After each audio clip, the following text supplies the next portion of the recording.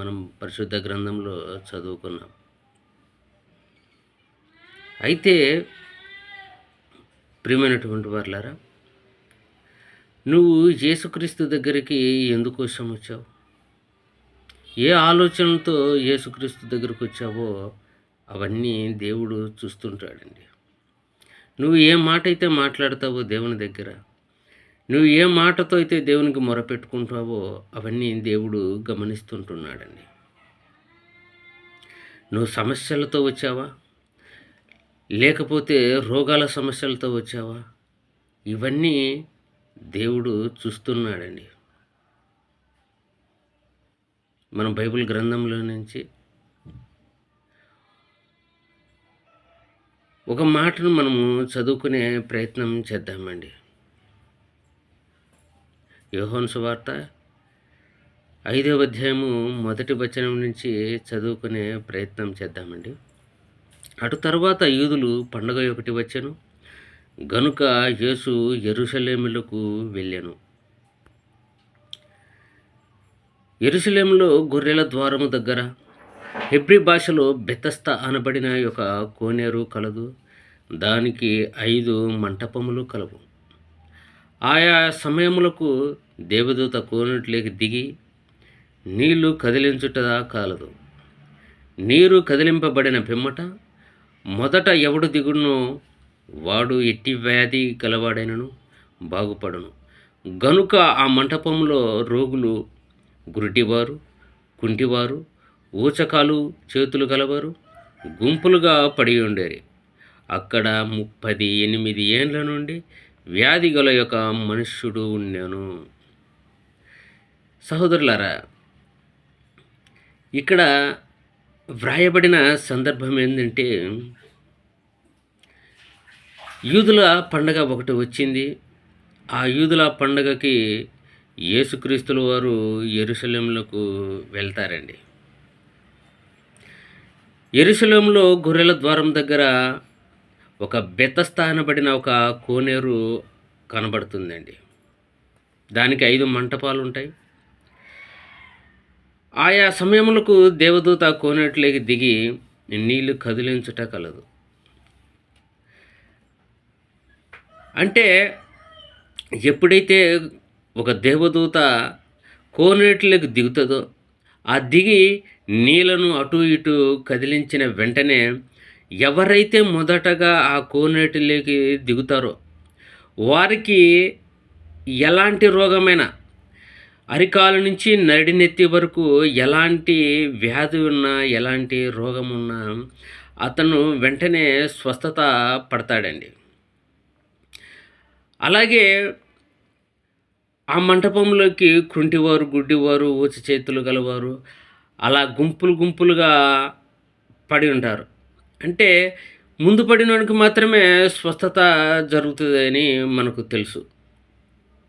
అయితే అక్కడ ఆ ప్రాంతంలో ఆ కోనేటి దగ్గర 38 ఏండ్ల నుండి వ్యాధి గల ఒక మనుష్యుడు ఉండాడండి. 30 సంవత్సరాల నుంచి ఒక మనిషి, ఒక రోగి అక్కడ ఉన్నట్టు మనకు కనబడుతుందండి. అంటే ఇక్కడ ఏం జరుగుతుందంటే, అతడు 1 సంవత్సరం కాదు, 2 సంవత్సరాలు, 10 సంవత్సరాలు కాదండి, 30 ఏండ్ల నుండి ఆ స్వస్థత కోసము ఎదురు చూస్తున్నాడండి. ఎవరొకరు నాకు సహాయం చేయగలిగిపోతారా? నేను ఆ కోనేటిలోకి దిగకపోతానా? నాకు స్వస్థత రాకుండా పోతుందా అని 38 సంవత్సరాల నుంచి ఒక వ్యక్తి అక్కడ ఎదురు చూస్తున్నాడండి. ప్రియమైనటువంటి వారలారా, నీవు దేవుని కోసము ఎన్ని సంవత్సరాల నుంచి ఎదురు చూస్తున్నావు? సంవత్సరమా? 2 ఏండ్ల? 3 సంవత్సరాల? లేకపోతే 5 సంవత్సరాల నుంచి ఎదురు చూస్తున్నావా? అయితే నీ జీవితంలో ఎలాంటి మార్పు లేదా? నీ జీవితంలో ఎలాంటి ఎదుగుదల లేదా? నువ్వు జీవితంలో ఎలాంటి దేవుని యొద్ద నుండి మేలు పొందుకోలేదా? అయితే ఈ ఉదయకాలమున దేవుని సన్నిధికి వచ్చి నువ్వు దేవుని మాటలు ధ్యానించు. ఈ ఉదయకాలంలో నువ్వు దేవుని సన్నిధికి వచ్చి దేవునికి మొర్రపెట్టుకో. అది నువ్వు ఎన్ని సంవత్సరాల నుండి అయినా సరే దేవుడు నిన్ను ఆశీర్వదిస్తాడు. నీకు రోగాలుంటే నీ రోగాన్ని స్వస్థతపరుస్తాడు. నీ కుటుంబంలో సమస్యలుంటే నీ కుటుంబంలో సమస్యలు తీరుస్తాడు. ప్రియమైనటువంటి వారులారా, కానీ ఇంకా నా కుటుంబంలో మేలు జరగలేదు, నేను రోగపీడితున్నై బాధపడుతున్నాను, నాకు స్వస్థత లేదని నువ్వు మాత్రం దేవునికి దూరం ఇవ్వాలనే ప్రయత్నం చేయకు. దేవుడు నిన్ను విడువడు, ఎడబాయడు. కనుక ప్రియులారా, ఇక్కడ ఏం జరిగిందంటే 38 ఏళ్ళ నుంచి వ్యాధి గల ఒక మనుషుడు ఎదురు చూస్తున్నాడంటే స్వస్థత కోసం. నిజంగా అతని మనసు ఎంతో ఓపికతో ఉన్నాడండి. 6వ వచనం, యేసు వాడు పడి ఉండట చూచి అప్పటికి బహుకాలం నుండి ఆ స్థితిలో ఉన్నాడని ఎరిగి స్వస్థపడగోరుచున్నావా అని వానిని అడుగగా, ఆ రోగి, అయ్యా, నీళ్లు కదిలింపబడినప్పుడు నన్ను కోనేటిలోకి దించుటకు నాకు ఎవడనూ లేడు గనుక నేను వచ్చునంతలో మరి ఒకడు నాకంటే ముందుగా దిగునని ఆయనకు ఉత్తరం ఇచ్చాను. ప్రియమైనటువంటి వారులారా, ఇక్కడ యేసుక్రీస్తుల వారు అతని దగ్గరికి రావడం, అతని దగ్గరకు వచ్చి నువ్వు స్వస్థత పరగొడుచున్నావా అని అతన్ని అడుగా అతడు యేసుక్రీస్తుల వారితో చెబుతున్నాడు, అయ్యా, నీళ్లు కదిలింపబడినప్పుడు నన్ను కోనేటిలోకి దించుటకు నాకు ఎవడునూ లేడు అని అంటున్నాడంటే ఒక అనాథగా దేవుని కోసం ఎదురు చూస్తున్నట్టు మనకు కనబడుతుందండి.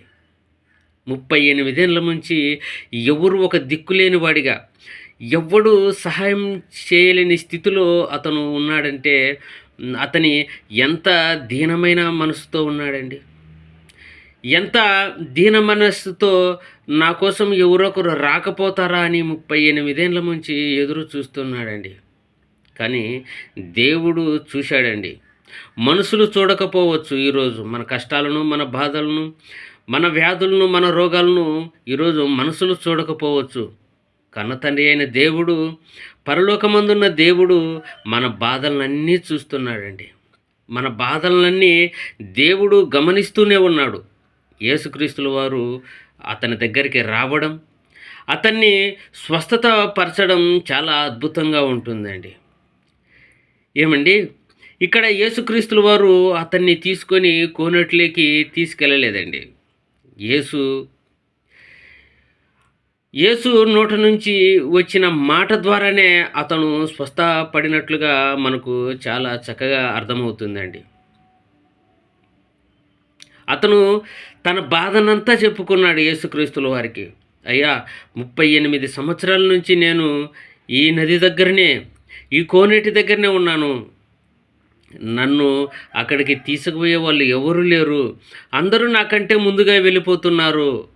అందరూ నాకంటే ముందుగా వెళ్ళిపోయి స్వస్థత పడి ఇంటికి వెళుతున్నారు. నేనైతే ఇక్కడనే ఉన్నానయ్యా అని యేసుక్రీస్తుల వారితో చెబుతున్నాడండి. కానీ యేసుక్రీస్తుల వారు ఆయన చెబుతున్న మాట, ఆయన అంటున్న మాట ఒక అద్భుతమైన మాట. ఏమంటున్నాడంటే 8వ వచనం, యేసు నీవు లేచి నీ పరుపెత్తుకొని నడువుమని వానితో చెప్పగా వెంటనే వాడు స్వస్థత నుండి తన పరుపు ఎత్తుకొని నడిచెను.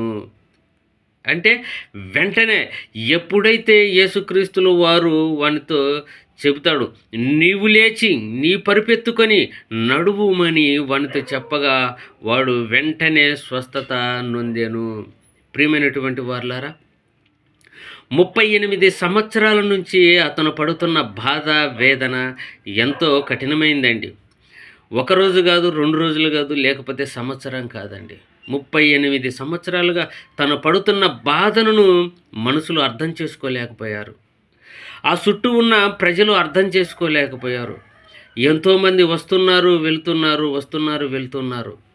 కానీ అతన్ని మాత్రం ఎవరు పట్టించుకున్న స్థితిలో లేరండి. కానీ పరలోకమందున్న దేవుడు చూస్తున్నాడు. దేవుడు దిగివచ్చాడు. దేవుడే దిగివచ్చి యేసుక్రీస్తుల వారు అక్కడ అతన్ని స్వస్థత చేయడం జరిగిందండి. స్వస్థత చేయడం జరిగింది. ప్రియమైనటువంటి వారలారా, ఈరోజు నీవు దేవుని దగ్గరకు వచ్చి నీ సమస్య ఏదైనా ఉంటే గిన, నీ బాధ ఏమైనా ఉంటే గుణ నీవు దేవుని దగ్గర మోకరిల్లి మొరపెట్టుకుంటే గిన అద్భుతమైన రీతిలో దేవుడు నీకు స్వస్థత చేస్తాడండి. అయితే దేవుని దగ్గరికి నువ్వు రావాలంటే నీలో ఉన్న అయితే ఆత్మరోగాలు ఉంటాయో, ఆత్మరోగం అంటే ఎన్నో పాప సంబంధమైన ఆలోచనలండి. పాప సంబంధమైన ఆలోచనలుంటే దేవుడు నీకు ఎప్పటికీ స్వస్థత చేయడండి. ప్రియమైన ఒక స్వచ్ఛమైన మనసుతో, మంచి హృదయంతో నువ్వు యేసుక్రీస్తుల వారి దగ్గరకు వస్తే నిన్ను ఆదుకుంటాడు, నీ బాధను అర్థం చేసుకుంటాడు. నీకు అవసరమైతే దేవుడు నీకు స్వస్థతనిస్తాడండి. కనుక ప్రియమైనటువంటి వారులారా, ఒక స్వస్థత కోసమే కాదండి యేసుక్రీస్తుల వారు భూమి మీదకి వచ్చింది. నీకు పరలోకం ఇవ్వడానికి యేసుక్రీస్తుల వారు వచ్చాడు. నీ